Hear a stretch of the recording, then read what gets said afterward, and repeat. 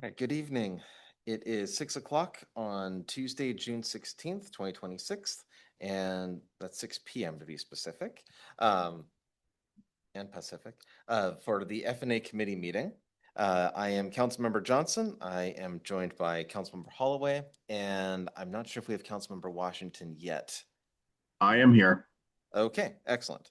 Then all council members are accounted for. We also have our finance director, Drew Boutet, and we have Mr. Mayor present with us, and we have City Attorney Dina Burke. Let's see, that's the roll call. Next is the agenda approval.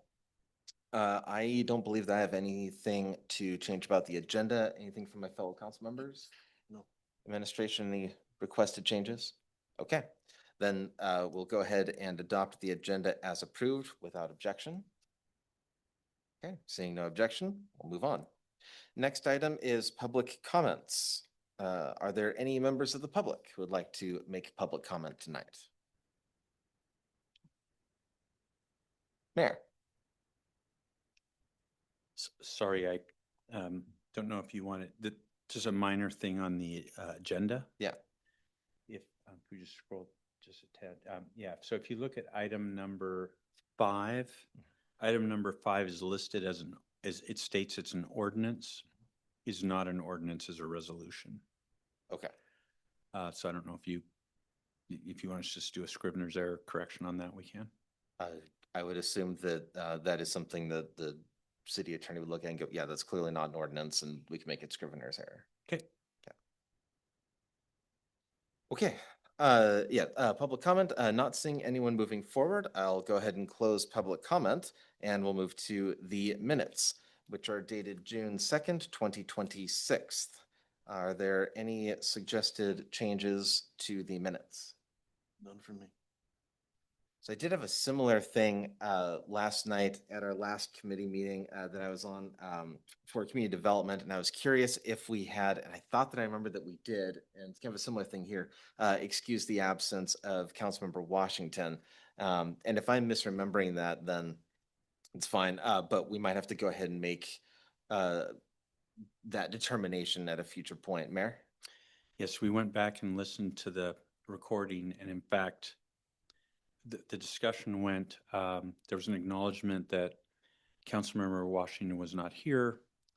Both council members acknowledged that he was not here, and then he moved on with the agenda. So there was an implied, I would take the point of view that there was an implied excusing of that absence, but actually we went back and re-reviewed it again today that actually those words were never said.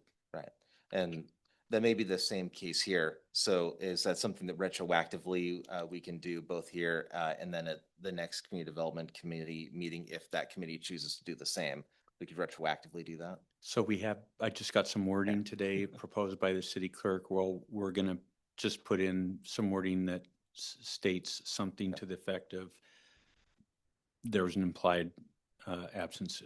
Just motion to excuse Councilmember Washington from a prior committee meeting? I'll let the city attorney answer that, but the thing you're dealing with here is the minutes of the meeting that did occur. Right. And so what occurred is what occurred. But correct. City attorney, do you have any different view? So I think the minutes address what actually happened at the meeting, but absolutely you could do a motion now to excuse the prior absence. Right. So that'll be recorded in the minutes for this meeting. Yes. Correct. Okay. So I'm going to say that yeah. that would be out of order at the moment, but as soon as we're done with the minutes, then we can do that. Okay. Any other concerns about the minutes? Councilmember Washington has his Oh, hand up. yeah. Councilmember Washington, thank you. I think you've taken care of it. I was going to raise the same issue, so I'll lower my hand. Okay, great. Then seeing no suggested revisions to the minutes for June 2nd, we'll go ahead and consider them adopted. And the next thing that I'd like to do is, I guess formally, I would have to ask if, since this is not something on the agenda, if my fellow council members wouldn't mind me adding to the agenda here after item number 2, excusing Councilmember Washington from our previous meeting. And if there's no objection to adding that. No objection. Okay. Seeing no objection, then I would, we don't really move and vote formally, of course, in committees, but I would suggest that we do excuse Councilmember Washington formally. Concur. Okay, from the previous meeting. All right, then seeing no objection, then we'll do that unless Mayor has, okay, yeah, seeing no objection, then we'll consider that adopted. Okay, next is the approval of warrants and claims, consideration of claims reports dated June 16th, 2026. I didn't have any concerns myself. I didn't get any questions from my fellow council members about it, nor anything from staff yet. Are there any concerns from the committee or from staff or the administration about the warrants and claims, specifically the claims report? No concerns from my side. No concerns from my side. All right, then, as per our usual practice, I would suggest that we put that on the consent agenda for our next meeting. Yep, okay, Sounds good.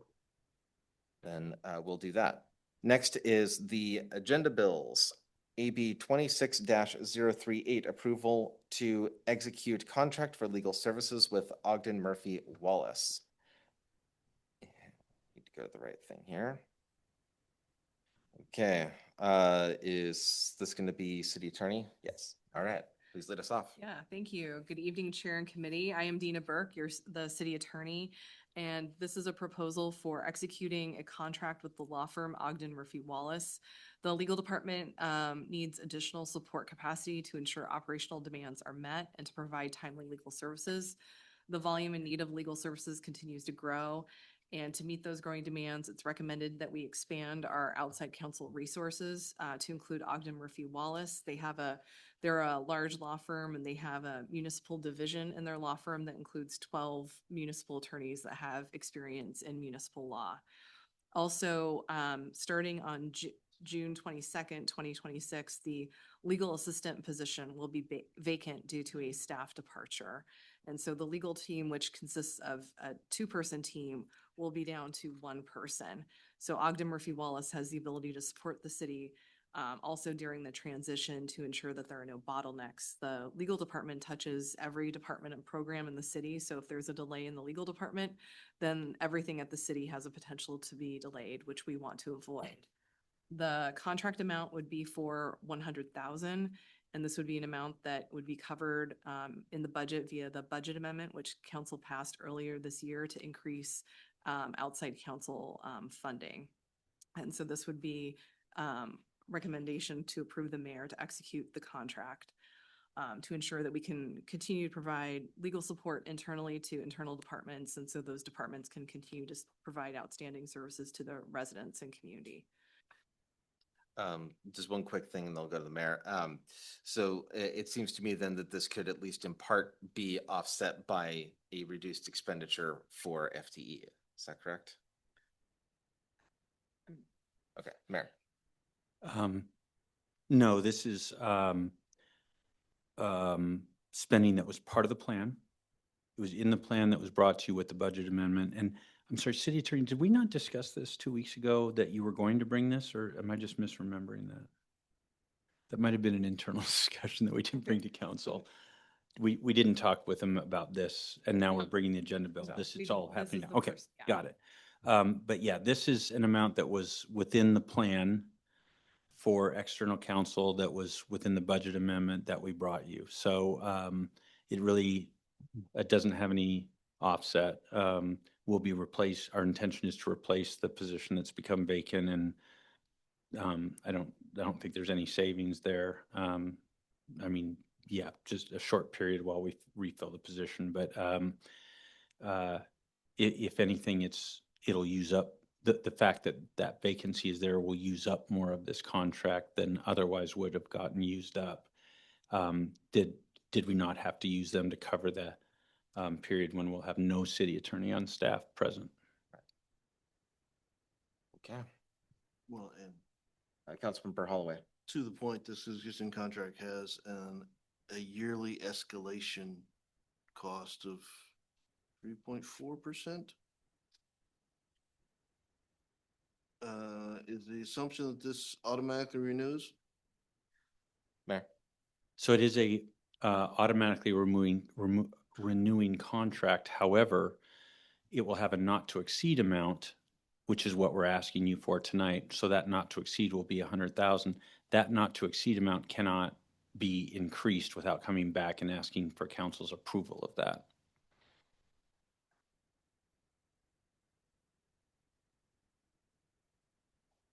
Do not assuming, well, we'll get into budget conversations. All right. I'd assume it increased at least by 3.4%. Something like that. But we'll have that, that'll be part of the next budget conversation. Mayor. Yes, what you said. Okay. Okay. Any other thoughts from the committee? No objection at this time. Okay. Then is this ready to move to council? Mayor? Yeah, Or we city think it is, and because it's covered by the budget amendment that already happened, there's really nothing new in this. We think that you might at least consider it for consent. Yeah, I was going to suggest that we consider it for consent. No. All right. Yeah, I would, I'll weigh in here and Councilman Washington. oh, I'm sorry. I can't see you, Councilmember Johnson, so I don't know when you're calling on me, so thank you. I agree with Councilmember Holloway. I don't think it should be, just because of the amount, it should not be in consent. All right, then it will not be on consent. And it will be under F and A since it is not an ordinance. Okay, next thing is, speaking of ordinances. I believe this one actually is an ordinance. It's 1327, 2025-2026 budget amendment, which has multiple amendment requests. And this one, I believe, is going to be, this discussion will be led by Finance Director Drew Boutet.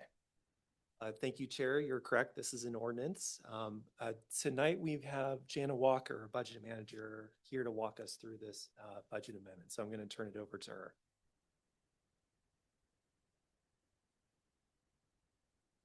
Good evening, committee. Jana Walker, Budget Manager.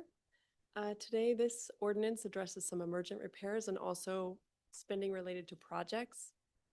The total budget amount is $9.4 million, and I'm going to run through what each item is.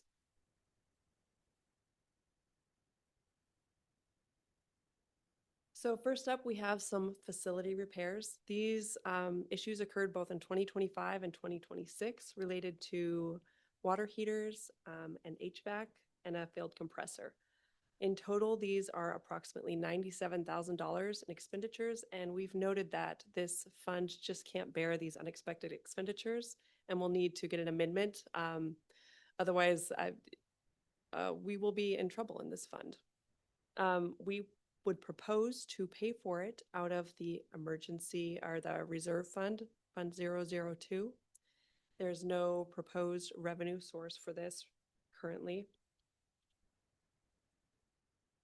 Any questions before I move on to the next amendment? Not for me. Next up, we have fiber optic backbone replacement. This is undergrounding of fiber optic cable. This is more of a housekeeping item. We originally planned for this project out of the non-utility capital fund. However, we didn't include an intended transfer from IT so that all funds are supporting this undergrounding. And this basically allows us to have that transfer that goes into non-utility capital to make this project happen.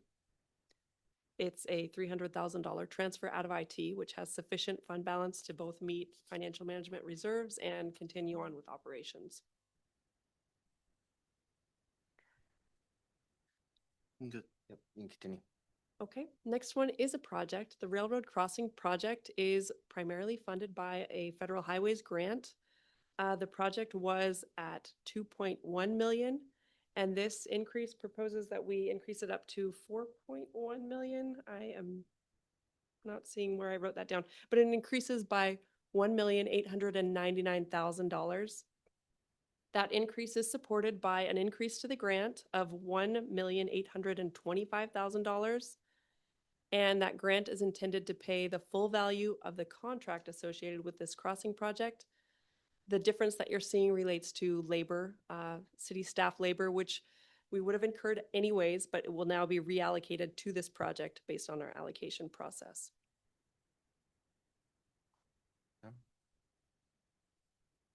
So help me with just, Councilmember Holloway.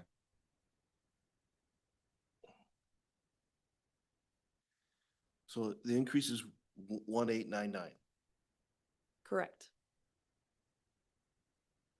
and that rounded up to 1.8? At So least on the slide, this may just be a slide issue. But the slide says grant increase is $1.8 million. Mhm. So 1.899 in my head at least rounds up to 1.9? So the numbers that you're seeing specifically relate to the grant increase. You're correct that the amendment we are requesting is the 1.899, but there is an associated revenue with that of 1.825. And that's what you're seeing up there, is the 1.8 million. Okay, so the federal money just increases. Where's this other funding source for the, call it $100,000? So we budgeted for employee staff, and that amount isn't changing, but as we have projects that grow in size, we change our allocations, our labor allocations. So it's the same amount that was budgeted to go forward, but it was assigned to different projects. And now it would be proposed to reassign it to this project. And that's out of 310. Yes, correct. Okay. And then with that added 100 in there, we're at 4.1 million. All right. I think we are. I Oh, wrote- Councilmember Washington. Yeah, and I just want to make sure, I don't think the 175,000, 100,000, whatever the approximation is, it doesn't have to be reappropriated correct? Because we've already appropriated and we're just moving it over to this project. You were absolutely correct for how we did things historically, but we've changed our appropriations and now they're project-based. So for each project, we cannot exceed what we assigned throughout the budget process. Okay, so we would have to reappropriate approximately the $100,000 now to this project. Correct. And that this budget amendment does accomplish that. Okay, thank you. Mayor? Yeah, and just to make sure this is clear, the in-house staff is the same. The costs that we're incurring are the same. There is no increase in total costs. Because they're working on this project, they're not working on some other project. Because of the appropriation process, we have to say, we need to lower the other place, which is where you appropriated it for us. So we're lowering it there because the person won't be doing the work there. They'll be doing the work here. And so by an equal amount, we're increasing this. The total cost of the city does not change for the employees. It's just which project they're working on. You know, we're 2 years into the project and or into the budget, and so there's just a bit of movement between the projects. The total expenditure of the city is, in this regard, for the employees, is not changing. So that $100,000 will show up on a different slide coming out somewhere? I didn't take it out of a different project. That's something potentially we could do, but it's something we could consider, but as projects change, I'm hesitant to do so just because it's a lot of moving parts. But you're right that it will not be spent anywhere else. It can't be. I just heard two separate things though. Can I Go ahead. fix it? All right, Mayor. Yeah. Okay. So the words I said were out of one project into another project. Let me fix that. Out of one place and into this project. So we did not lower the appropriation in the other place, but we will not be spending it. There's no additional employees. It's just that we're spending it in this project as opposed to not spending in this project. So we're asking for headroom on this project, but there's no additional spending. So therefore, am I right to say, Ms. Walker, that if they agree to this, then in fact, their total appropriation has gone up by 100,000. We're saying we won't spend it, but we didn't in fact take down the other place by 100,000. That is correct. All right. So, and if you would like us to do that, obviously that can be done. We sort of didn't do that because it seemed like extra housekeeping when we knew we weren't going to spend it. But we could, it is, you do have the power of the purse. If you want to make sure we do that, you can ask us to do that. For me, yes, please. I mean, if nothing else, whatever that budget was, we just bumped it $100,000. But without the intent, and it becomes the baseline for the next biennial. Mhm. So we just, if you take care of it. Would it be okay with committee if we proceed with, assuming you approve this to go forward to council, that we go ahead and change that number so that we'll make that adjustment in what council sees as compared to what you're seeing tonight, but that will be the only change that we'll make, but so that by the time council sees it, that will be in there? Yeah. I'm good Okay. with that. And just when you do see that, please be aware that it will be all the projects. It won't be one project reduced by $100,000. It will be all the project reduced by an equivalent amount. It's fine. Okay. Anything else on that Sorry. part? I just, yeah, okay. Just made you do a big spreadsheet. Sorry. Anything else on the railroad crossing project? Okay, then if not, we're on to the business park lift station. Okay. The Business Park Lift Station, I know you've heard a lot about. This relates to the development at the Snoqualmie Valley Hospital. Increased capacity allows for the building of this facility, so they are paying for the contract related to this. The total increase that we are requesting is $438,199. You'll notice that that is not equivalent to the amount of the contract that you approved earlier this year, and that once again is a labor difference that will be reallocated from other projects and onto this one.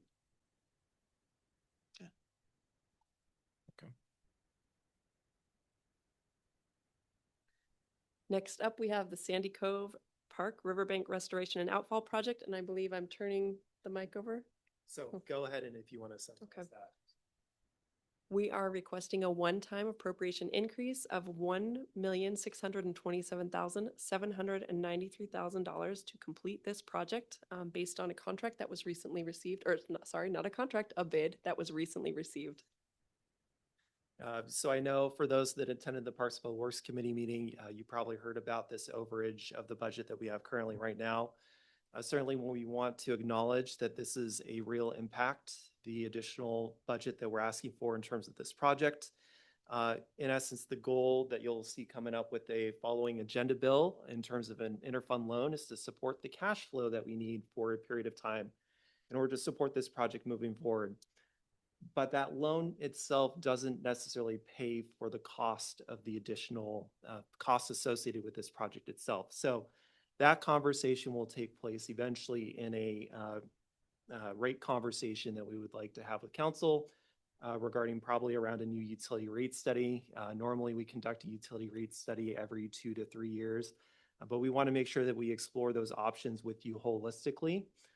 Because certainly this puts pressure potentially on rates, but also, council could eventually decide through that rate setting process to also find ways to reduce costs or to delay costs as well. So there's a lot of options that potentially could come through that utility rate study, and that is something that we would explore with you when we come back around to that subject at a later date.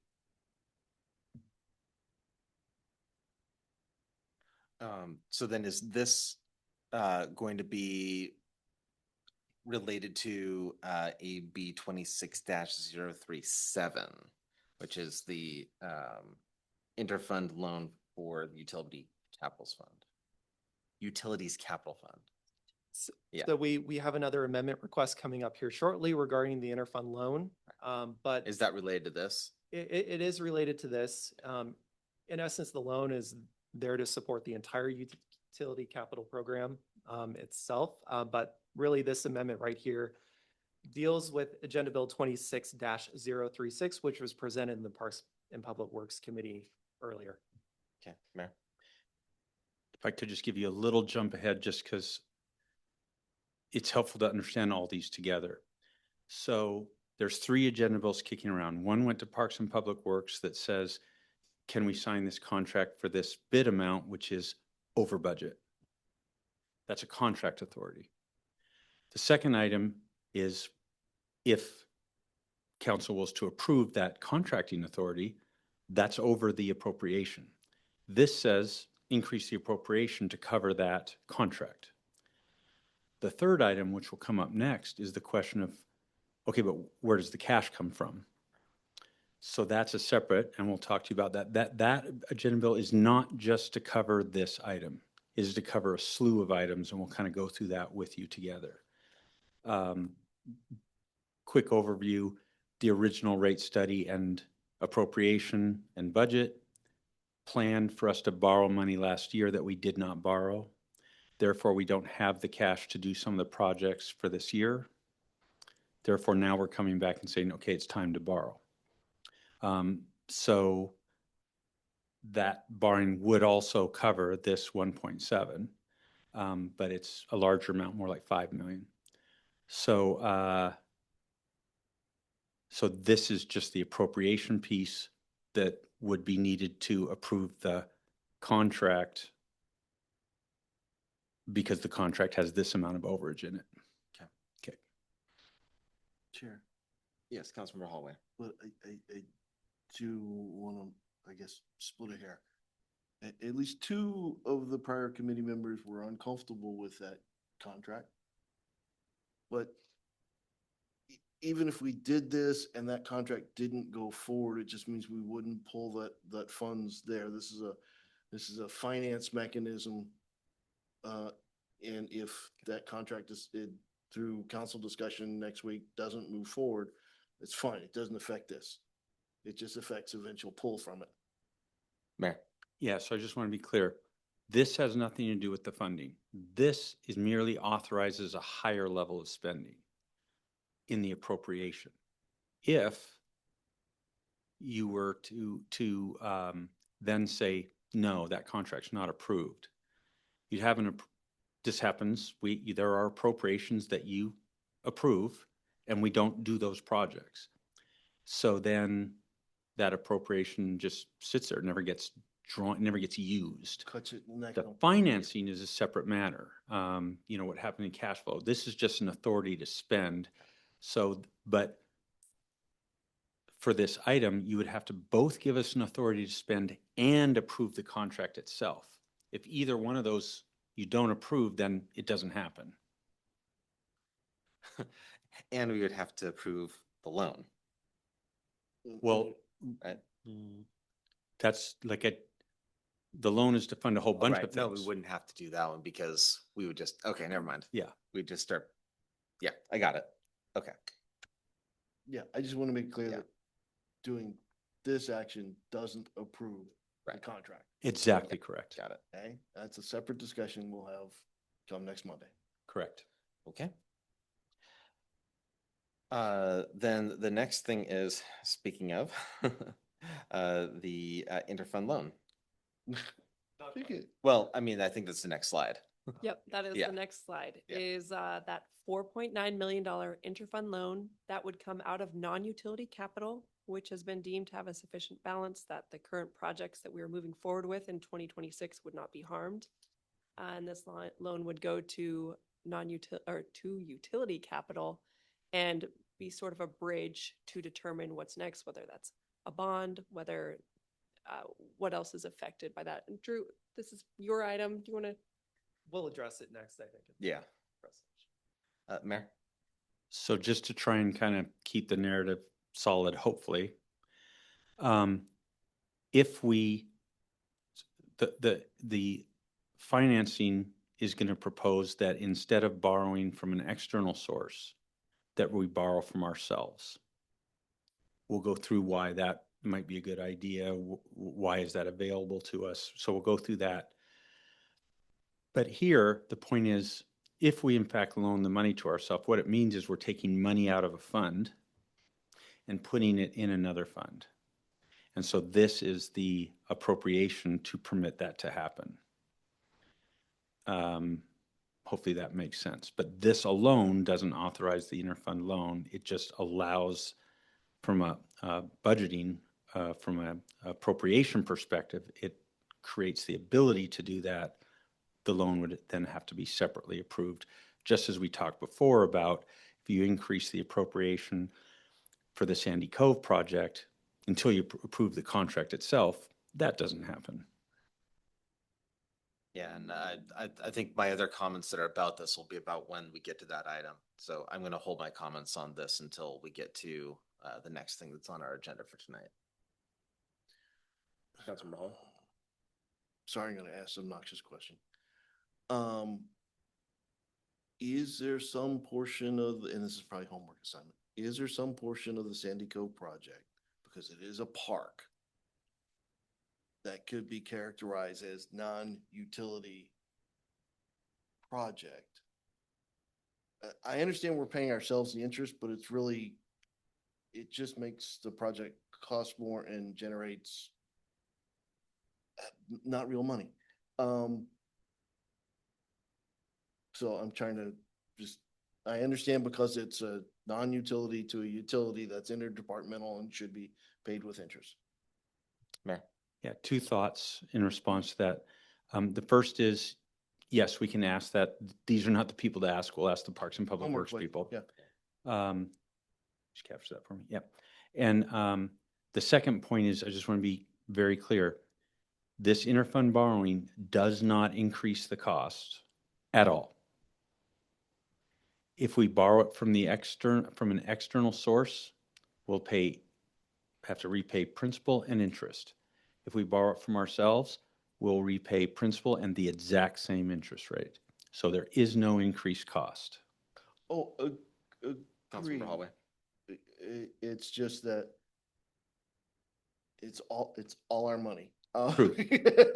But the good news is it stays our money instead of going out to somebody else. Geez, but the utility project will have an increased cost of the interest rate for the loan. So utilities will bear an increased cost, which is then paid into the general fund. So there is, again, that's a rate study to come. Well, it's the other way, but Mayor? Yeah, so it doesn't involve the general fund at all. It's a borrowing from the non-utilities I'm sorry. capital to the utilities capital. So it's between two capital funds. The cost, the interest cost, is already in the rate study. It's already in the appropriation that you passed. In fact, it was appropriated assuming an interest rate of 5.1%? 5%. 5%. And in fact, the interest rate will be, we think, or as of now, just under 4%. So actually, this will cost less than it was anticipated to cost, because in the plan that was in the rate study and in your biennial appropriation, you assumed and approved a higher interest rate than we're actually going to have. One other thing I should mention is that by doing an internal borrowing, we avoid all the transaction costs of an external borrowing. So this lowers the cost to the utility fund from what was planned. The non-utility capital fund, where the borrowing would come from, is currently invested in the low 3%. This borrowing will have a rate, as I just said, close to 4%. So actually the non-utility capital fund will be better off because we paid the interest to ourselves instead of paying it to somebody else. And interest on a loan is at a higher rate than the investment of the cash balance is currently generating. Okay. Anything else? And just, you may come back to me for the time period we're talking about this bridge loan, that having gyrations to make it a non-utility project is just not worth it, but whatever. Ask the question. I'll take care of that. Yeah. Okay. And that's um, the final amendment request. Yeah, and this is an ordinance, so there's no discussion of having it on consent. So, and I believe this is ready for our next meeting, right? Yep. So I would recommend forwarding this on to council. Yes. Okay. Then I don't think I saw anyone. Okay. Yeah, then the next thing is resolution 1328, assuming that number is still right. Which is the interfund loan for utilities capital fund that we were just talking about. Mayor. Yeah, just be clear. So this one is not an ordinance, so it's Right. Agenda Bill 26037. It's resolution. Is that number still correct? Is it resolution? 26037. Well, there's Got a it. Keep resolution going. number on the title. I think he's referring to the ordinance number and I. Oh, Yeah. the resolution number will be different than the. Okay, so never mind. It's not even that number. All right, then it's just AB 26-037, resolution related to an interfund loan for utilities capital fund. And Finance Director Boutte? All right, so I'm sure this feels really, really weird.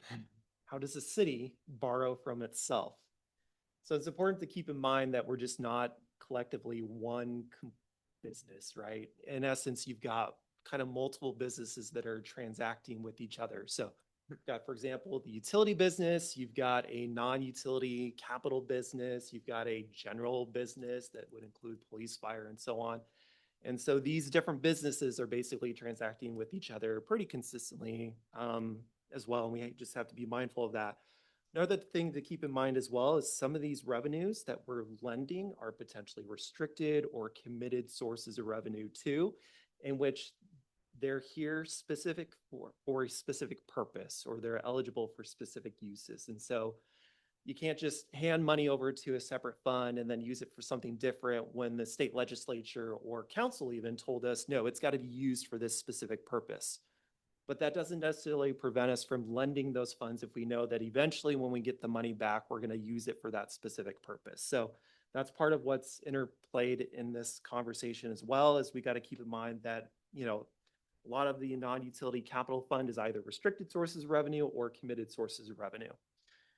So this interfund loan would be a loan from the non-utility capital fund to the utility capital fund. The last time that we accomplished a interfund loan, I believe, was back in 2014. So none of, probably except for you, Councilmember Holloway, we're here at the time overall. So it's not completely unusual for governments, although we haven't done it recently. So just keep that in mind too. Just some background for you to start off with. Council approved ordinance 1303 in 2025, spring of 2025, which established the rates for the city's combined utility. When we talk about the combined utility, we're talking about water, sewer, and stormwater from 2025 to 2030.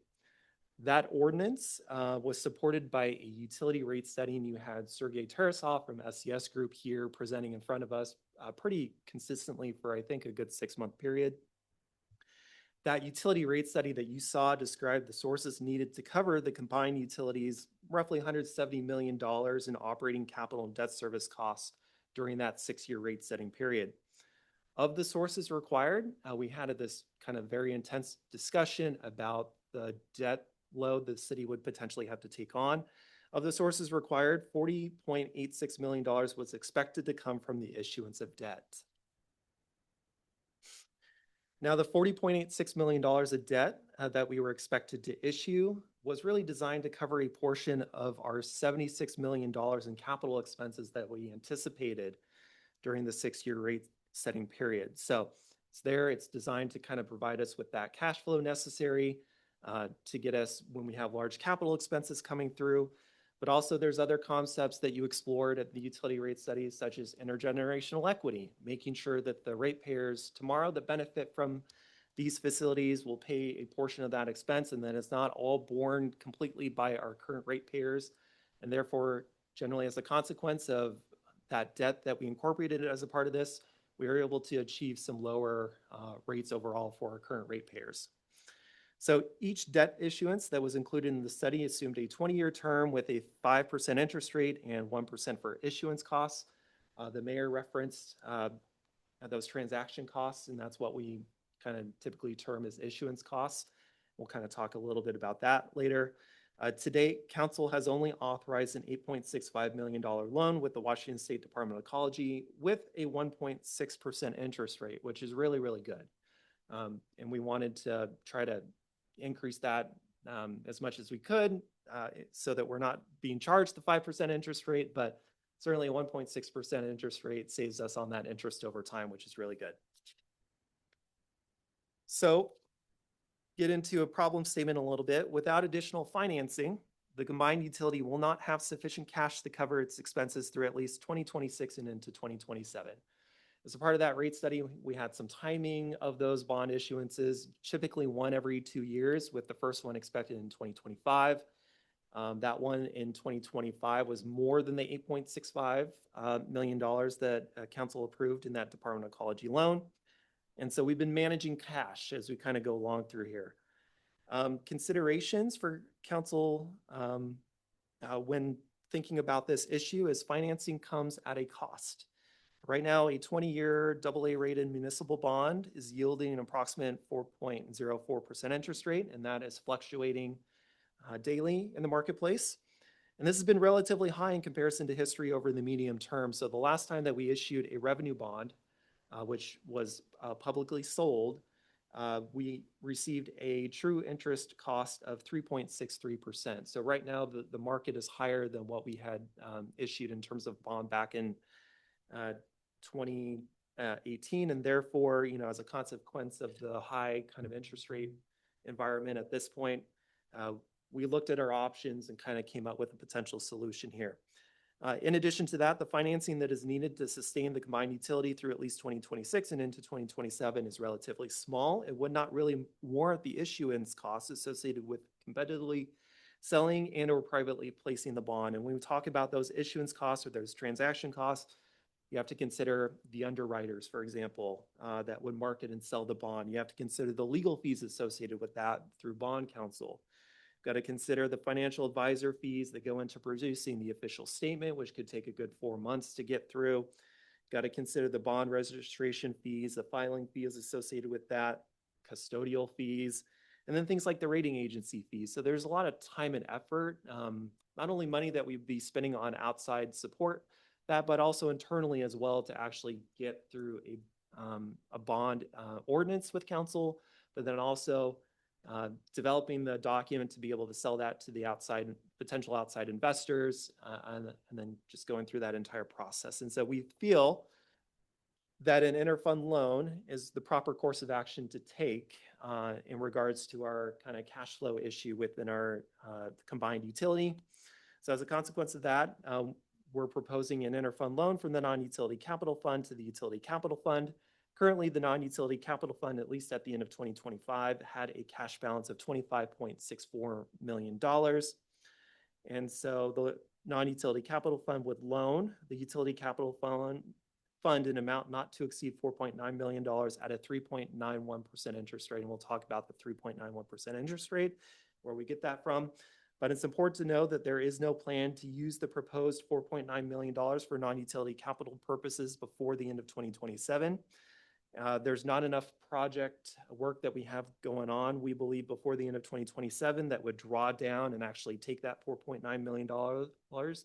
And so as kind of the mayor talked about the potential benefits to both funds, we felt that this was a proper course of action to take.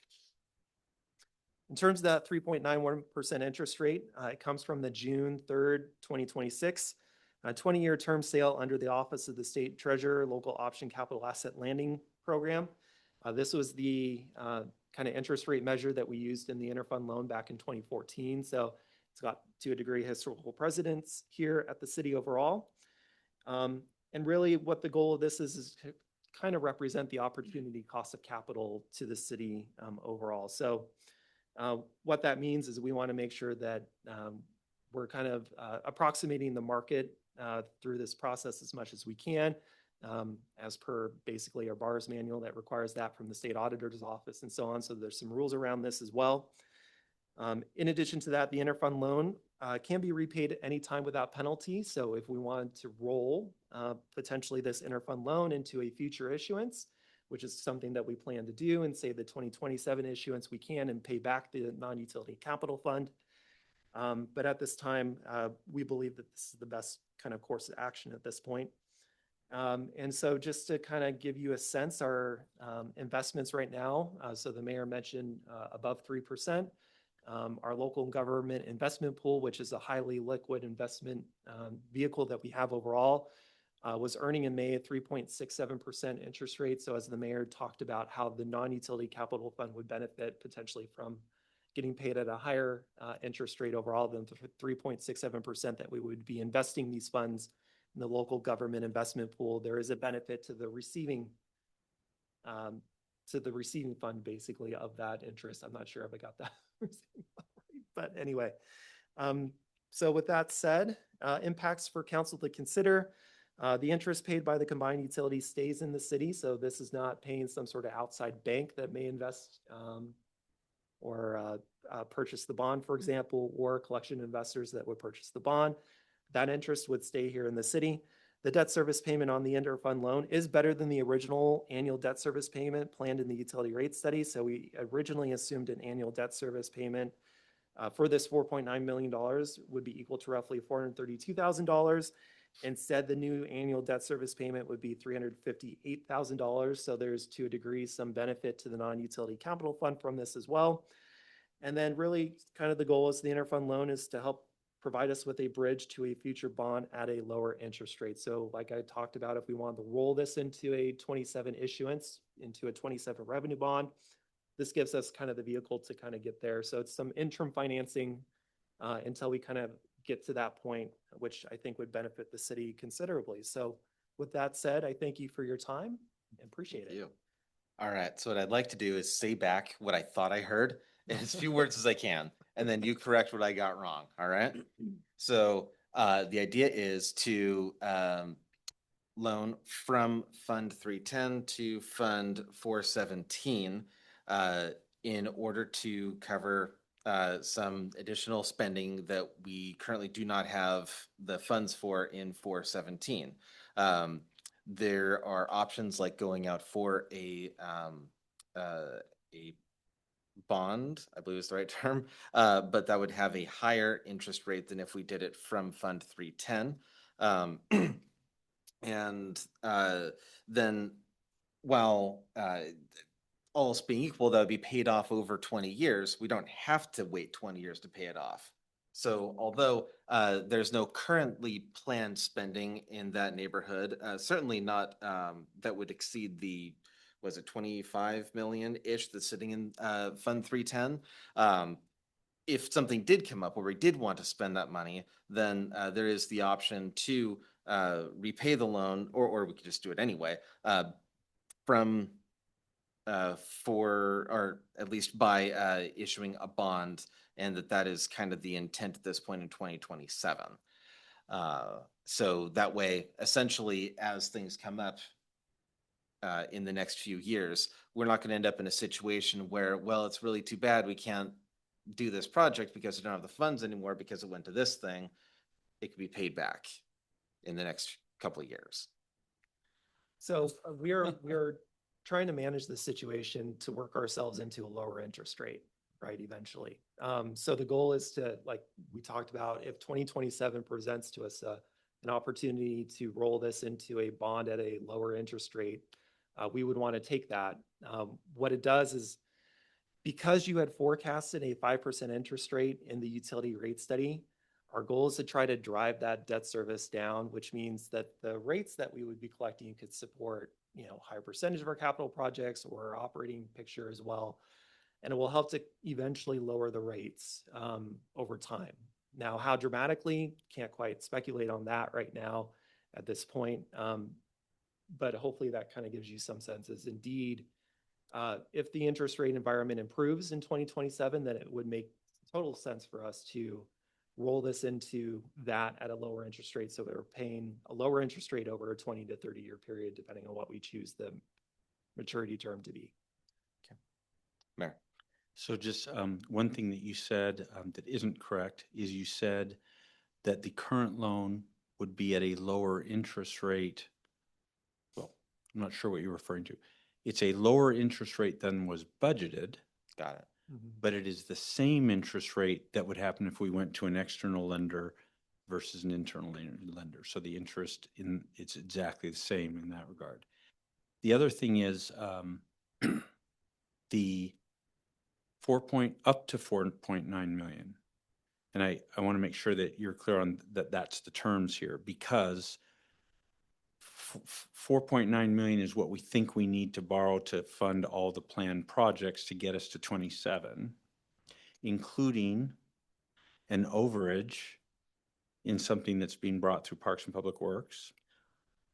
If we don't need to draw the 4.9 million, we will not.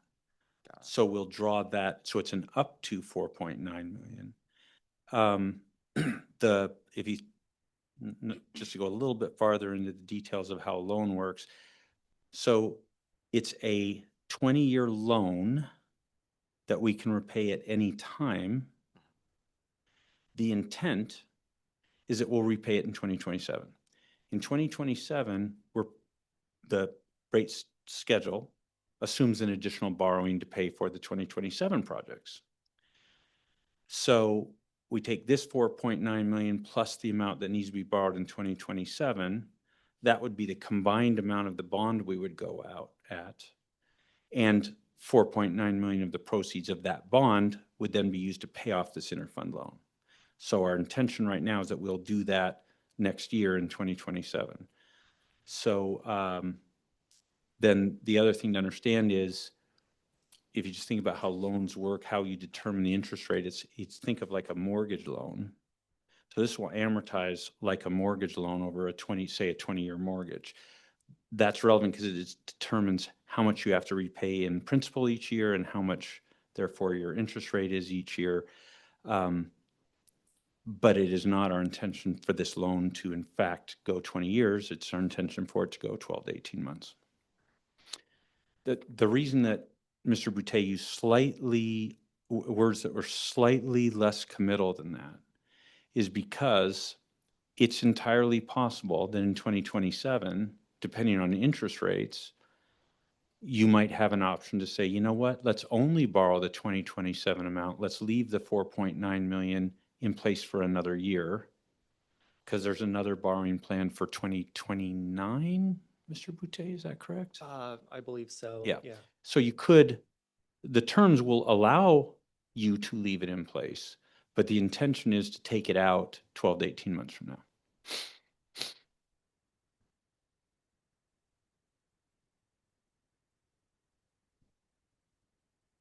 Okay. Councilmember Holloway. Just in a break. I withdraw my prior question, having sat here and thought while listening. If we were to recharacterize it as a non-utility project, it would need to consume non-utility funds. No, let's not do that. So I withdraw my question for review. Yeah. Strike that. Councilmember Mayor. But Councilmember Holloway, I did take a question from you in the Parks and Public Works Committee around the notion of I think you used the term value engineering. I think you have an open question to them about, can this be brought down, which I expect that they'll be ready to answer for you at council. Am I correct in that belief? We'll see. We will I see. didn't get that belief, but if you No, got no, that belief, no. fine. Sorry, my belief is that you asked the question. I did ask the question. Okay. Sandy Cove is getting really small. Just saying. All right. Anything else then for discussion on this, which is a resolution? Oh, let's go consent. I'm just kidding. Don't go consent. But are we ready to move this on to council? All right. Councilmember Washington, I haven't heard from you in a little bit. You okay with moving this on to council? Yeah, I just had a quick question. I have my hand raised too. Councilmember Washington, I didn't see your hand up, but okay, go ahead. Thank you.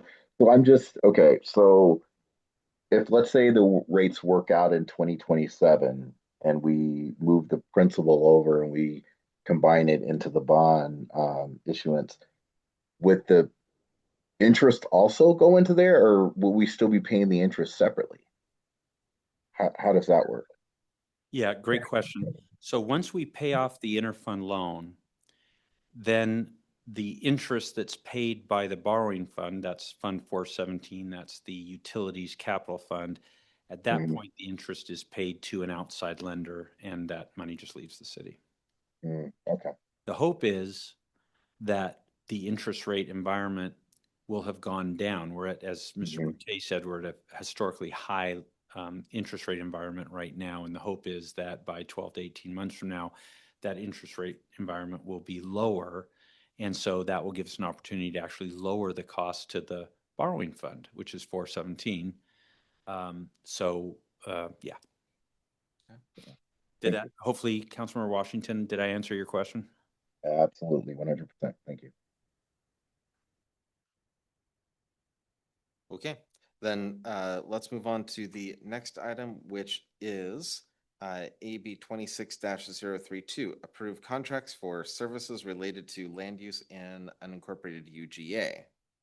And this one is also not an ordinance. This is going to be City Attorney, I believe, that's Yes. going to lead us through this. All right. Good evening again, committee. So, this agenda bill is seeking approval to enter into contracts related to the city's response and study of the battery energy storage system that is an application has been put in unincorporated King County in the city's urban growth area. So just to review the steps that the city's taken, the city has retained outside counsel and has drafted and sent letters to King County, Puget Sound Energy, and the Washington Utilities and Transportation Committee. And the city council also adopted a BES moratorium ordinance. The next steps that I have been working on with outside counsel is assembling the team of subject matter experts. In order to facilitate that, there needs to be funding put aside, and that's also going to be coming up in the AB 26039, the budget amendment. Back when council did the budget amendment in spring for outside counsel, there was 50,000 that was allocated for the emergent land use issue. To date, 34,000 has been invoiced for legal services related to that. And so to ensure our outside counsel can continue working, it's recommended to fund an additional 150,000 for outside counsel. Additionally, we've identified subject matter experts. Jensen Hughes for fire and emergency response, whose contract is in the agenda packet, as that requires council authority as it's above the $50,000 threshold. And then we've also identified Landau Associates to provide subject matter expertise on stormwater management and noise analysis. And then RH2 for city water resource analysis. The Jensen Hughes contract, which is in the packet, has three main areas that it would cover. A third-party plan review, which includes reviewing the fire protection plan, hazard mitigation analysis, and emergency response plan. A dispersion study, which would use engineering consequence modeling to evaluate the toxic and flammable gas dispersion hazards. And third and final is a wildland urban interface assessment, which includes a site visit, vegetation management plan, and fire protection plan. I just wanted to have a couple notes about the Jensen Hughes contract. We've been going really fast to get this in front of you. And so we've been still going back and forth with Jensen Hughes. So if you do approve this going forward to council for the packet, there's a couple small changes that we would ask that if you could approve those being made in the contract. We've been going back and forth with Jensen Hughes. One is the contract states the land is owned by King County. That's a mistake. We've asked them to fix that. There's also, it references pre-incident planning on page 4. We've asked them to also add post-incident planning. And then there's an attachment to it, which is like in font size 4. So it's both the literal and figurative lawyer small print. Our outside counsels recommended some changes to that. And that's the literal like small print terms and conditions. So there would be some changes in that. We have asked Jensen Hughes to get those to us by Thursday at noon so that the clerk can substitute that contract. So if you do approve this going forward to council and want to move quickly, we would ask that you give us permission to substitute out the contract for the new version we would get on Thursday. It would be substantially similar to the one that's in your packet tonight. All right. So just curious then, is what you just went over and then the moratorium proposed next steps, two separate things? Yeah, it's Yeah, really two so, separate things. Yeah, I so- do want to like time out Yeah. on this then to talk about this part if we could. So for myself, I am very interested in the plume dispersion analysis. This year I had the opportunity to teach AP Environmental Science, and I learned all about, well, not all, I'm not an expert, but I learned a lot about plume dispersion in teaching that course. And yeah, with regard to this property, there are sensitive land uses that are fairly close by. So that's something that's been on my mind for a while, and I was curious how we would be able to get that information. So I'm happy to see that that's included here. My thought is all of these sound like things that our residents have brought up. The noise, kind of a similar thing. I mean, noise pollution is a very real thing that can affect not just our residents, but also wildlife in the area. And then, yeah, city water resource. I mean, all of this sounds like the things that our community members have brought to us as their main concerns. I believe this would come out of fund balance. Is that right, Mayor? The next agenda bill will take you through where we would get the Okay. funding from. All right. Other thoughts on this, or are we ready to move on to the moratorium? Oh, I have plenty of thought, but I won't interject them at this time. Okay, I'm fine moving forward with it. okay, then I'm good to move on to moratorium. All right, thank you.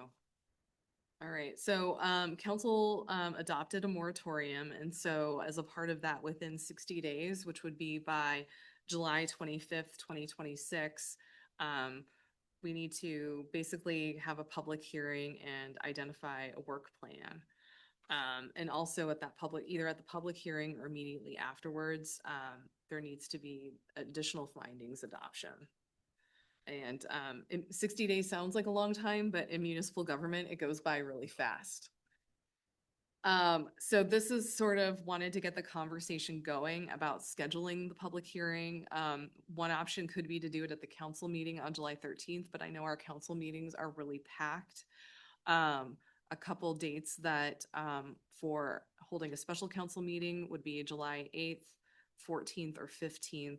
Just out of, I understand we have a lot of our council meetings get really packed. And so because it does involve a public hearing, comments from members of the public if they choose to show up and talk.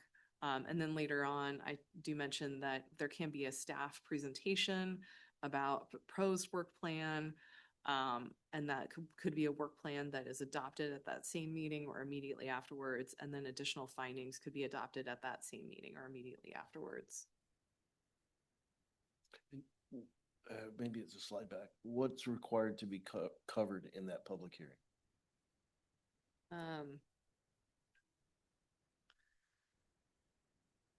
At the public hearing? Yeah.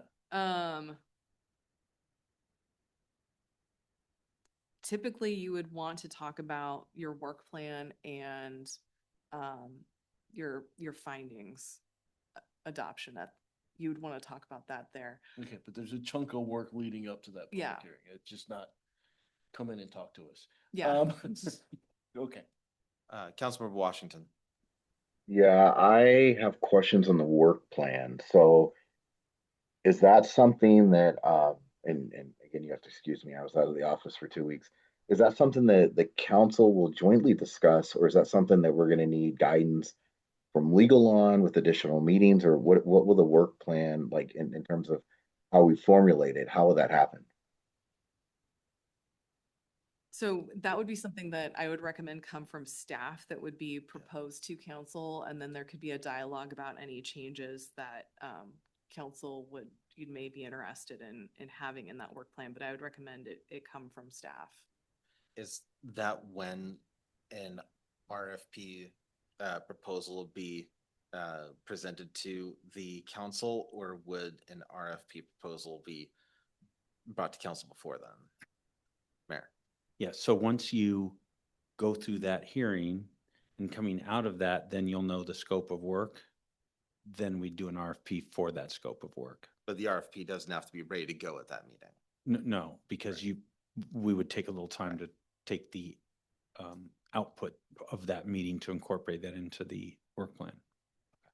So, so the public hearing is hearing from the public on. Then there will be a subsequent deliberation and then direction given that will lead to an RFP. Got it. But to be clear, that's all to do with the work that's going to happen around the BES moratorium and actions the council might take with regard to the moratorium. Completely separate process from the comment letter, which was in the first section of this. That work we want to go forward with immediately. And in my mind, I'm trying to separate the two because one doesn't really affect the other. That's correct. Yeah. Okay. Sorry if I could. One informs the other. So the work that's going to be done around the comment letter will, for example, you spoke of the plume analysis.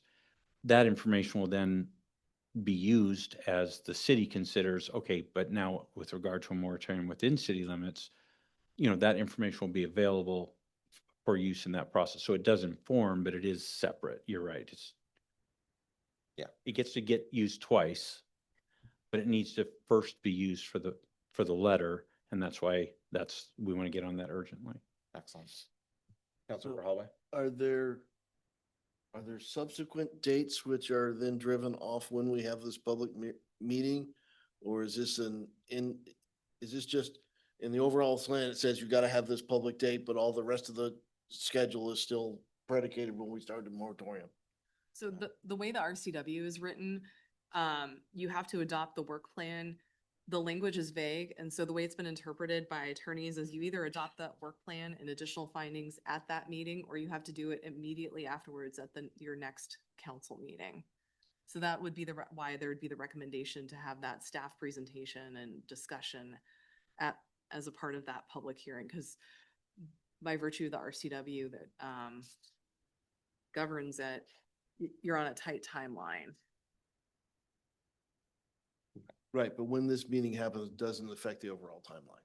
We still have a date in which we either need to come out of moratorium or do an extension, and when this meeting happens has no effect on that date. Well, actually, the RCW says that you have to do the adoption either at the date of the public hearing or the meeting immediately afterwards, which is in addition to the July Yeah, 25th. the work plan, yes. Yeah, I think we're talking across purposes. Let me try and help. Councilmember Holloway's correct. Correct me if I'm wrong. Councilmember Holloway's correct. Within the first 60 days, we do have to have the public hearing. Then you're talking about the fact that coming out of the public hearing, you then have to adopt a work plan. Right. Muy Good. pronto, yeah. The end point of that work plan Oh, well. is what he's asking about. That is, it doesn't change. It's 1 year from the date of the moratorium passing. So 1 year or less. And so by the 1 year mark, either you'll be ready to come out of the moratorium with some regulations, or you will extend the moratorium to continue your work plan, or for us to continue the work plan. Got it. Thank you. Okay. It's still in, so my vote would be the 15th to give you guys time to work up the material for that public hearing. You got enough going on right now. You're probably gonna need extra time on the clock. I'm a little biased against the 8th because I won't be around, so 15th is better for me. Okay. Oh, and Mayor. If I could, I 100% agree with that. We are having this work for that public hearing being done by this contractor. So that is being outsourced, but notwithstanding, we still have to coordinate that. And so the more time we have would be great, but getting the date certain on the calendar means that we know that we'll hit the 60 days. We know what we're shooting to. Okay. What day of the week is the 25th? I believe it's a Saturday. Okay, so Yeah. really we'd have until the 24th for the most part. I mean, we could meet on the 20th, I guess. But okay. Then the next thing is the best application next steps, which is this. Right. Go ahead. So, just kind of to recap, we're going to continue to work with outside counsel, with identifying experts, analyzing the application materials and CEPA checklist and providing additional comments to King County, which, being able to contract, having the funds and being able to continue to work with outside counsel and work with subject matter experts is really going to help formulate those comments to King County. I'm happy to answer any other questions. Are we still waiting for declaration of completeness from county? Okay.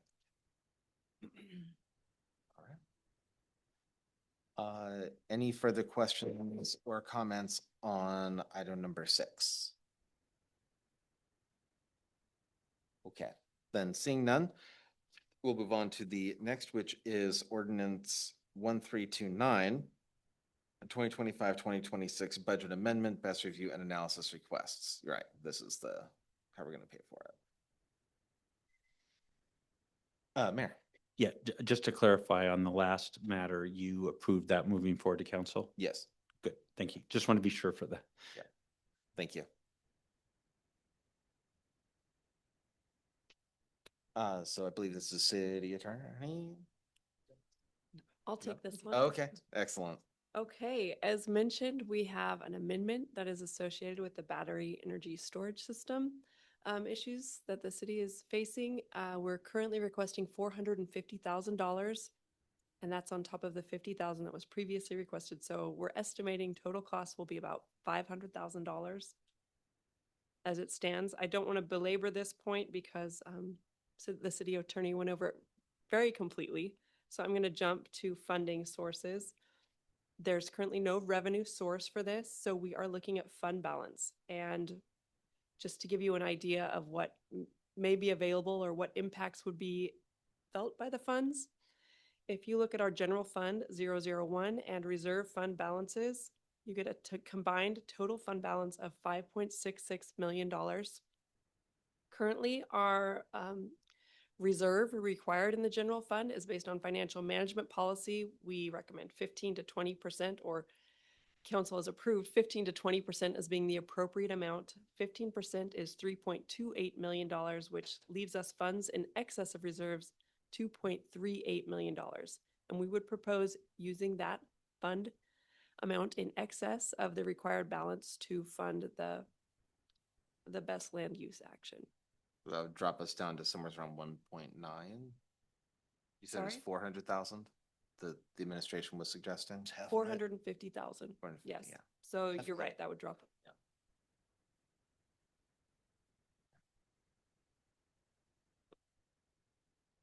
Somewhere around there. Is there any other option?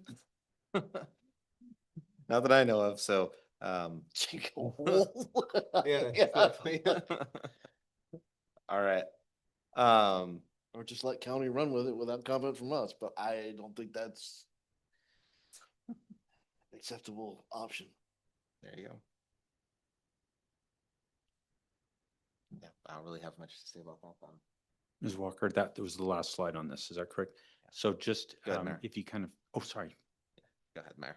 Yeah, so if you kind of think about this, from Fund 001 versus Fund 002, what it means is that's the end of your Fund 001 fund balance. So all you'll have left is that amount in 002. Yep. Did I say that right? I said it wrong, didn't I? Let me try that again. The 2.38 million, if that were to get used, we're not asking for 2.38 Yeah, million. you're asking. Okay. for- Yeah, no wonder okay, you- wait a minute. math What? there. Sorry, the 2.38 million, if you think about like that, Right. that's basically what you have left in Fund 001. So this is using up about $500,000 of that number. Now I got it right. You did. What I'll say is cash is in essence a one-time use. So when it's gone, it's It's gone. gone. Right. So we have to be very considerate about how we potentially use this money. And so I just want to make that point out there is we'd prefer one-time uses for these one-time sources that we have. And I think this kind of achieves that, but still we feel good about having more fund balance than we do with less. And let's hope this is a one-time use. Go ahead, Mayor. Yeah, and just one last point I'd make. The reason there's a difference between the reserve fund balance, 002, and the required reserve level is because remember, we spent down that for the flood event and we're waiting to be repaid from FEMA. If that repayment were not to happen, It's another then- $500,000 out of here. yeah, so, well, would they counted this without that in there? So if we get repaid from FEMA, that bumps us up. But this is sort of the picture that presents if we don't get repaid from FEMA. So kind of trying to tell you kind of what the, I don't know that I'd call it worst case, but it, you know, what the, we're not trying to count our chickens before they hatch. Actually, now I do have a question. The request was for 450, and this is for the Foster Garvey and for the expert team, and what else beyond that? Mayor? Yeah, so now we're talking, 50. yeah, so the budget request was for 150,000, sorry, let me try that again.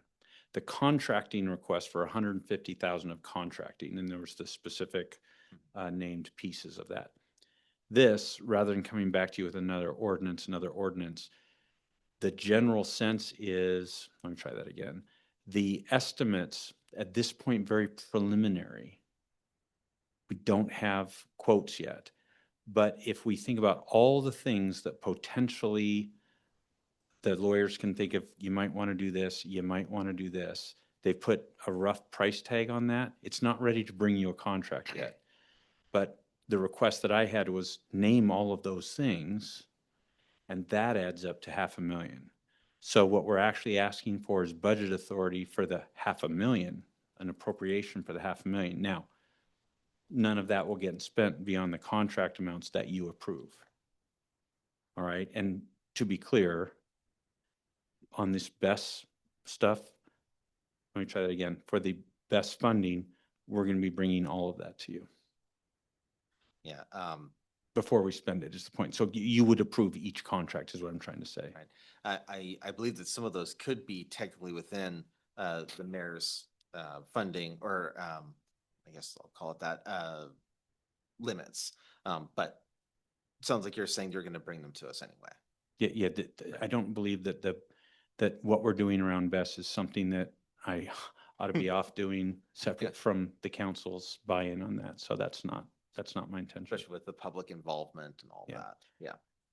Absolutely. And just to put remember that an ordinance, it takes a lot of work to bring these ordinances to you. It then takes 2 readings through council, right? A first and second reading. It's a lot of work for council.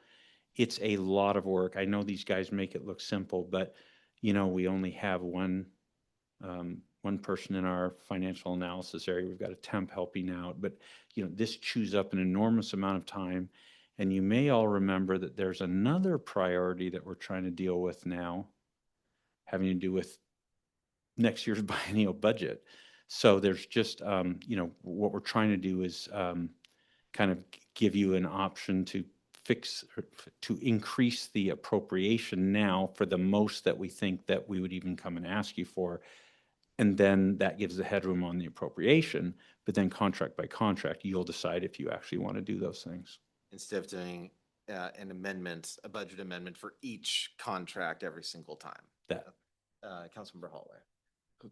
2 things. One, given the near-term need, we can probably do this on 1 reading. Declare an emergency, do this on 1 reading. 2, that list of other analysis we may do, can you share that? Can we get I don't want the dollar figures, I just want the list. yeah, they're still, I mean, it's very rough. It's premature. We would have brought it to you if it was ready. It's just not, you know, once we put that out, then people start criticizing it and we don't have any answers yet. It's just not soup yet. Yeah, I can imagine how there could be something that wouldn't really get us anything. It would be, you know, potentially a huge expense, or it could take a lot of time. But if that were then taken off the list, why didn't you do that? And And we wouldn't be able to answer those questions right now. Like, well, we're thinking this, it's been mentioned this might be helpful. We're still, well, would it, how, is it, how much would that cost? How much does it strengthen? We're trying to go through that, and then we'll bring those to you. Okay, here are the ideas, here indeed are the costs, and therefore, you actually, we just don't, it's just premature. Well, and that's why I just asked for we're getting asked by the community, what analysis are you guys thinking you're gonna do? The ones we have for you are the ones we brought on the contract list. That's what we have for you at this point. And you're not willing to share the things that maybe we're thinking. No, Okay. no one's hiding anything. We don't have such a thought. We have a vague rock, scissors, paper, 500,000. It's a very round number, as you recognize it. Peace, but you made a statement that they Councilmember Holloway. they at least wagged it, if you know the acronym, based on a list of, we may need this kind of analysis, these things may be coming up, and all that is $500,000. But okay, never mind. Mayor. I spent an hour today peeling images of myself, Mayor Best images of myself off of our parks. Okay? I'm tired of this premature stuff that then gets stuck to me personally. Please, if we don't have an answer for you, don't insist we give you a fake answer. We don't have an answer. Now, I get it. I just asked you for $500,000. I'm trying to cut down the amount of work, but it's a wag. It's not even a swag. If you don't want to do it, that's fine. Don't do it. It just creates more work. We're just trying to move through this as best as we can. Not as best as we can, as best as we can. And I'm trying to help.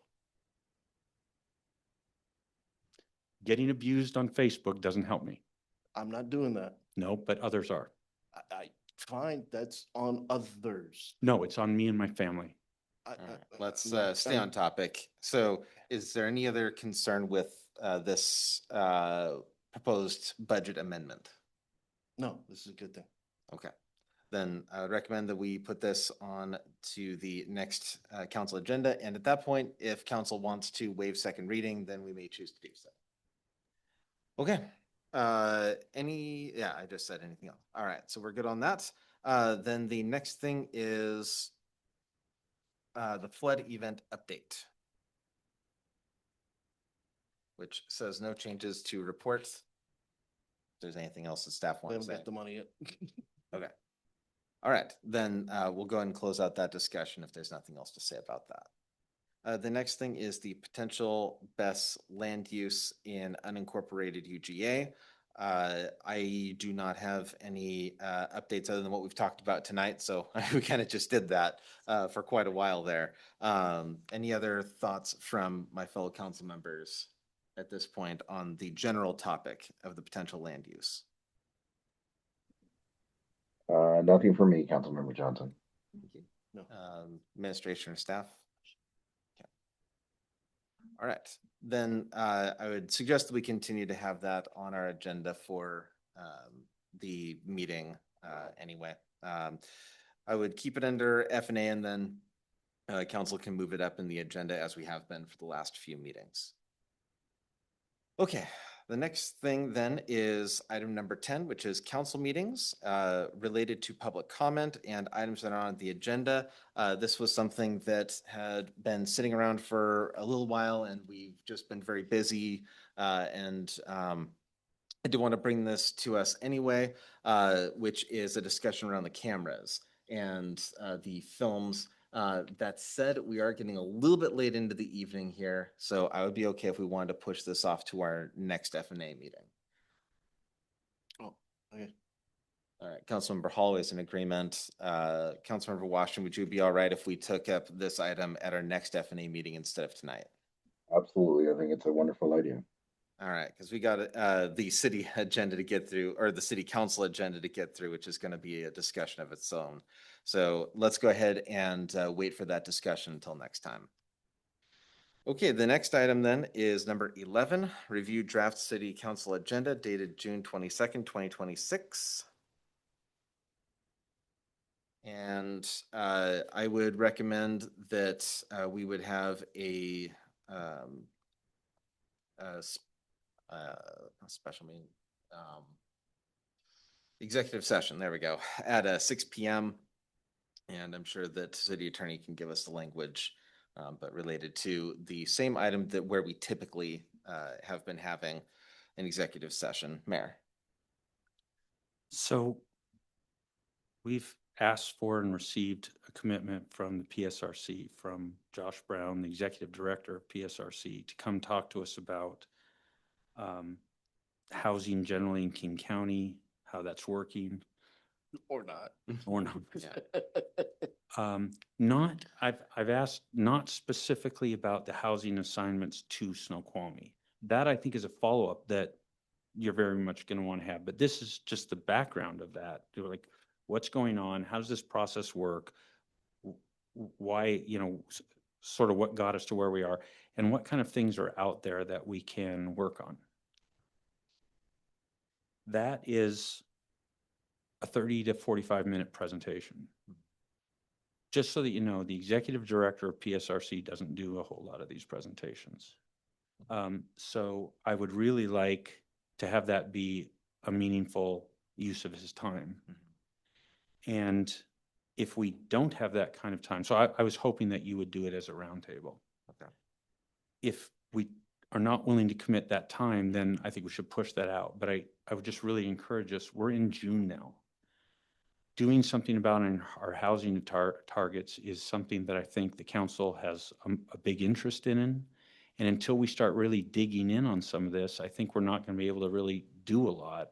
And so while the best topic is terribly important, I think advancing the other business of the city, some of the major initiatives, is really important too. So I would really encourage you to consider maybe having the roundtable be for that PSRC housing and then a robust question and answer so that council members really take advantage of this opportunity.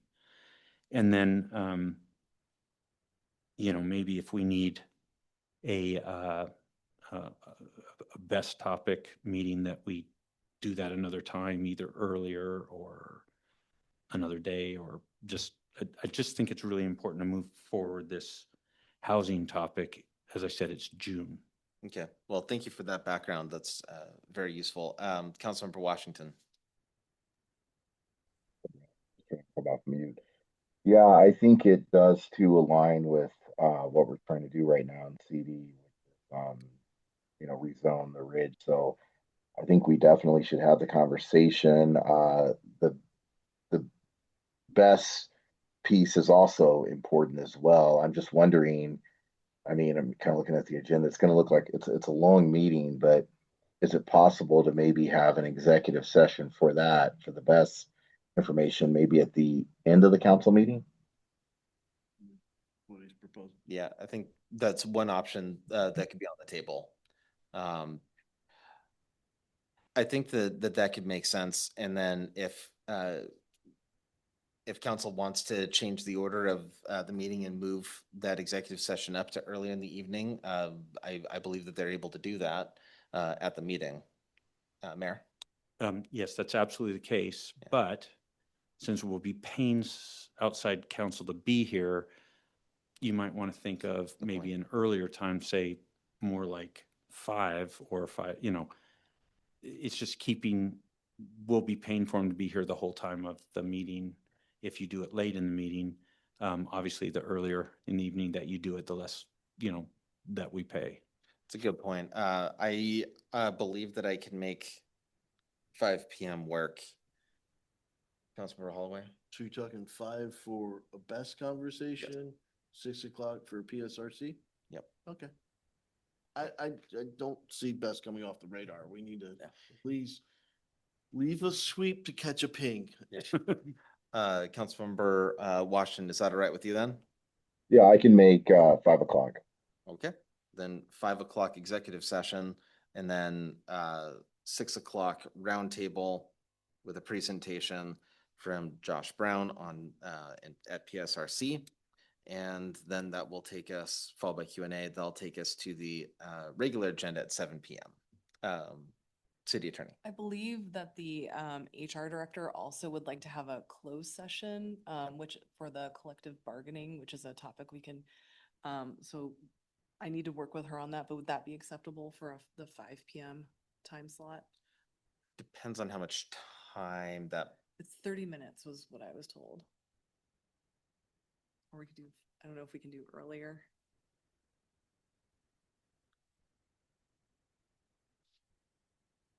Well, if PSRC needs 45 minutes, why don't we start at 5 and go to 6:15 for executive session best/HR? And then 6:15 to 7 o'clock PSRC, Okay. and you take a bio break when you get a chance. that works for me. Councilmember Washington? Yeah, I just want to check in with the mayor. Is that going to leave time for a Q&A? Mayor? Yes, it'll leave time. The presentation that he has, I think, is about 30 minutes. So it leaves about 15 minutes for Q&A. I warn you, you likely will have 2 or 3 hours of cues that you would like to ask him. But I think 15 minutes of Q&A could give you a good, especially sort of the larger questions that you might have. I think it'll give you a good amount of time. Excellent. Okay, then the next thing is the regular agenda at 7 PM with call to order and roll call, followed by Pledge of Allegiance, and then the agenda approval, followed by public hearings, presentations, proclamations, and appointments. We have a public hearing on the 2027-20 to 2033 Transportation Improvement Plan. And is that still on from? Yeah. I assume Public Works, yeah. Okay. Probably will go pretty quick. Next is Mayor. Yes, Okay, I slightly cut you off. Sorry, I anticipated you talking about proclamations. yes, go ahead. There will just be one, Okay. the item number 3 that's listed. Item number 2, I'm just issuing the Juneteenth date is prior to the council meeting. So we'll just be issuing that proclamation Makes sense. prior to that on the 19th, I believe. Which is Juneteenth. Okay. And then so it will just be the 250th anniversary item for the proclamation. Excellent. So we'll just do item number 3 under proclamations, and for presentations, we already moved item number 4 up. So now we have item number 5, which is Snoqualmie City Events 2026. And are there any other presentations that were on that list that we're trying to get to that we still need to? Or have we actually covered our list? There are a few, but we just thought. Yeah, it's just too long. Yeah. Yeah, okay. Let me Yeah. say, there are none that are urgent, Mhm. or we would have put them on here and said, but there are a couple still hanging out that we'd like to come back to the full council with. All right, this is a long agenda, so that makes sense. Okay, moving on, then we have public comments and requests for items not on the agenda, followed by the consent agenda, which has the approval of the city council meeting minutes dated June 8th, 2026, and approve the claims report dated June 22nd, 2026. And I believe that AB 26-026 was moved up to consent, which is the amendment to the ILA for fire and EMS services. Yep, okay. So that's moved up to consent. And then, let's see. Projects, I don't think that we'd moved anything from F&A up to consent. Yeah, okay. Mayor. There was a valiant effort by the mayor, but it did not pass. It did not carry. Oh, well. Maybe next time. Maybe next time. Okay, then that takes us to ordinances. We have second readings. AB 26-024, ordinance 1323, covered loads. AB 26-025, ordinance 1324, e-motorcycle amendment, and AB 26-028, ordinance 1325, animal cruelty amendment. Those are still moving forward, as far as I know. Then first read for ordinances would be ordinance 1327, 2025 to 2026 budget amendment, which is multiple amendment requests that we talked about tonight. So Chair, just Yes. to if you permit me, just want to make one comment on that. So we had a request to make some modifications to that agenda bill. We do have some finance department staff that will be out the next couple days. Okay. And so we may struggle to be able to deliver something to you by Monday. Would council potentially be amenable to bringing back a separate budget amendment, maybe within July with the $100,000 of staff labor changes? Okay. Yeah. All right. Thank you for that information. Followed by AB 26-037, or, yeah, Mayor. 26037 is actually not an ordinance. Oh, that's right, it's on ordinance. Yeah, Thank yeah. you for the reminder. that'll That's be- just down in F and A. Yeah, so 037 would be down in F and A, yeah. Yeah, thanks for the reminder. Yes. Then we have AB 26-039, ordinance 1329, which is 2025-2026 budget amendment with regard to the best review and analysis requests. Mayor. If it's okay with F and A, my suggestion would be, because these items are interrelated, that when we present the ordinance, that we go through kind of the related items. We won't ask you to act on them at that time, but just to actually go through them so that it's laid out, here's how these interconnect. And you can kind of have a conversation that doesn't become weirdly disjointed. You're just like, okay, there's all the things. Fine, you've got a Parks and Public Works bill, and then you've got a funding, and you've got and these have some relation to each other. I would agree with that. All right.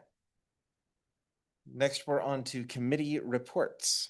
We already moved up AB 26-026. I don't believe that there's anything else from public safety. Okay. Then we have Community Development Committee with sign deviation requests, which, interesting, that's going to council. Mayor. These are likely to be brief comments by the chair, just merely informing you that something's going on. I wouldn't expect them to be more than a couple sentences. Okay. And then same thing with sign code amendment, or is that more? Mayor. Same. Again, it's Okay. my expectations. The chair is likely to just tell you this thing is happening and then this other thing is happening, just informational. Especially since it's been referred to Planning Commission. Correct. But this would just be a chance for chair to tell you that that had happened. Excellent. Councilmember Washington. Yeah, so I just wanted to make sure on the sign code amendment that it's not necessarily a discussion piece, but it's just information only. Yep. As the mayor requested, just a couple of bullet points to speak to it, Yes. but it's been referred to the planning commission. So it's not like we're going to have an open discussion on it, correct? That's what it sounds like, Mayor. Yes, Councilmember Washington, that's exactly what I anticipated, is that you as the chair would just say a sentence or two. Hey, there's a topic with our sign code. We've asked Planning Commission to take that up. They'll go through a process, including public hearings, and then they'll make recommendations back to the council. You're just Perfect. informing them that that's going on, and I would not think that you likely have any further discussion of that at council. Hey, and the point being that if council wanted to discuss that, the answer would be, well, the time that we will have time to discuss this after we receive the Planning Commission's recommendations. And I think that's a really important point, is the idea that the Planning Commission wouldn't adopt the new policy. It would be the council that would adopt the policy. Mayor. Yeah, just to be clear, Planning Commission can only make recommendations to council. They cannot adopt anything. Yep. Perfect. Thank you. Sorry, they cannot adopt anything with regard to Code. municipal code. Yeah. Right. Okay. Next thing is Parks and Public Works, AB 26-036, approval of to execute Sandy Cove contract, and that is still moving forward, correct? It is on the agenda for discussion. There you go. Okay, next is AB 26-031, approval to execute capital program contracts. And this one is also still moving Yep. forward. Okay. And then we have AB 26-040, the 2027-2033 Transportation Improvement Plan, and this is for adoption. Mayor? Yeah, well, yes, it's it's not an ordinance, it's a It's a plan. resolution. Yeah. I knew I could get the word. It's a resolution. This, you will have had earlier in the meeting, the public hearing. Yep. So you'll have the benefit of any comments that you may have received. This will be then your chance to discuss this topic to the extent you need to, including any public comments you heard, and then you would have the chance to then pass it if you so wish. Good thing is, we won't have discussed anything of substance earlier in this meeting. Uh, So by the time we get here, my concern is, I believe there's some temporal restrictions on adopting the tip. Are we anywhere near that, Mayor?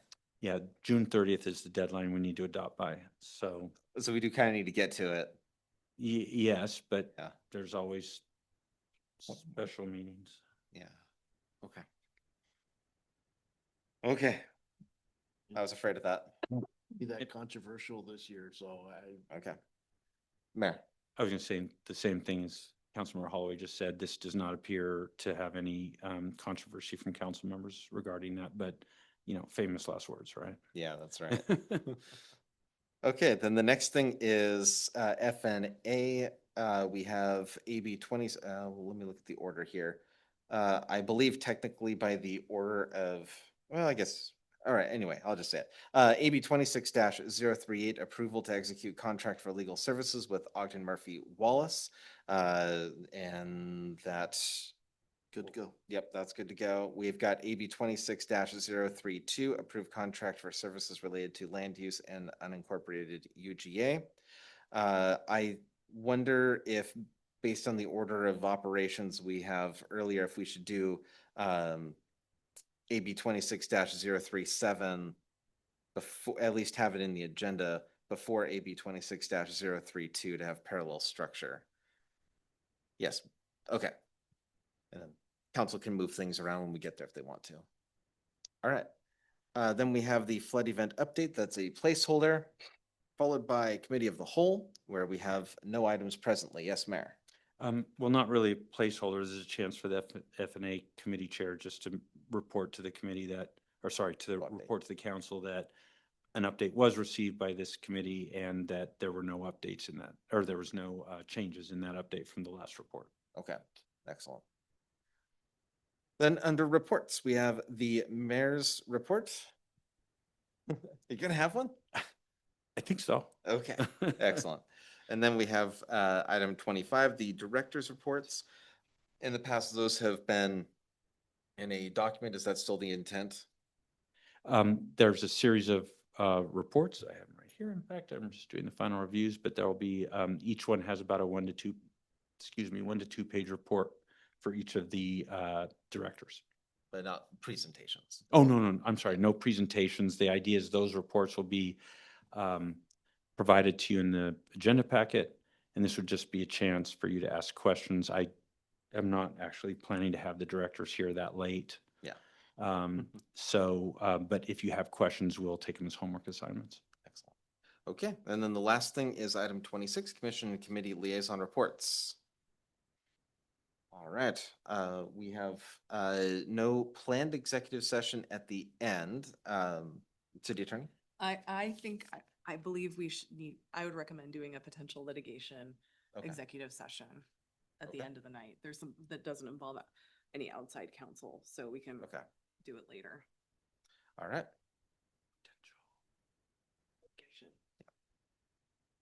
Okay, then let's go ahead and add that.